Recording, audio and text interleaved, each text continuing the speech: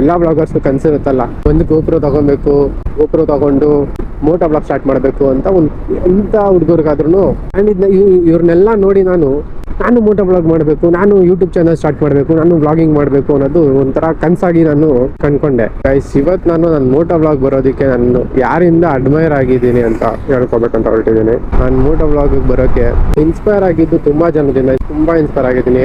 ಒಬ್ಬೊಬ್ಬರಿಂದನೂ ನನಗೇನು ಬೇಕೋ ನಾನು ಇನ್ಸ್ಪಿರೇಷನ್ ಆಗಿ ತಗೊಂಡು ಇಂಪ್ಲಿಮೆಂಟ್ ಮಾಡ್ಕೊಳ್ಳೋಣ ಅಂದ್ಕೊಂಡಿದ್ದೀನಿ. ಯಾರ್ಯಾರು ಅಂತ ಹೇಳ್ಕೊತೀನಿ. ಸೊ ಎಲ್ಲರೂ ಹೇಳ್ಕೊಳಕ್ಕಾಗೋದಿಲ್ಲ. ಸೊ ಸ್ವಲ್ಪ ಜನನ ಮೆನ್ಷನ್ ಮಾಡ್ತೀನಿ ಅಷ್ಟೇ. ನಾನು ಕಿತಾಡಿ ಕಿರಣ್ ಅವ್ರನ್ನ ನೋಡಿ ಕ್ವಶನ್ ಮಾಡಬೇಕು ಅನ್ನೋದನ್ನ ತಿಳ್ಕೊಂಡೆ.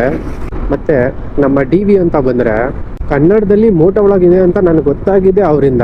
ನೆಕ್ಸ್ಟು ನಮ್ಮ ಟಿಪಿಕಲ್ ಕನ್ನಡಿಗ, ಇವರಿಂದ ನಾನು ಮೋಟೋ ಬ್ಲಾಗಲ್ಲಿ ಈ ಥರನೂ ಮೋಟೋ ಬ್ಲಾಗ್ ಮಾಡ್ಬೋದು ಅನ್ನೋದನ್ನು ನಾನು ಇವರಿಂದ ತಿಳ್ಕೊಂಡೆ.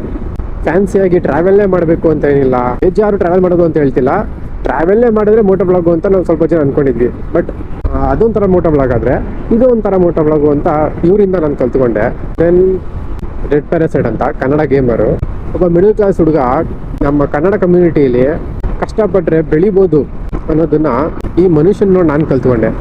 ಮತ್ತು ನಮ್ಮ KA09 ರೈಡರಿಂದ ಬೈಕ್ಗಳ ಬಗ್ಗೆ ತುಂಬ ಕಲ್ತ್ಕೊಂಡೆ. ತುಂಬ ಇನ್ಫಾರ್ಮೇಷನ್ಸು ಕೊಟ್ಟರು, ನೋಡದೇ ಇರೋ ಗಾಡಿಗಳನ್ನೆಲ್ಲ ತೋರಿಸ್ಕೊಟ್ರು.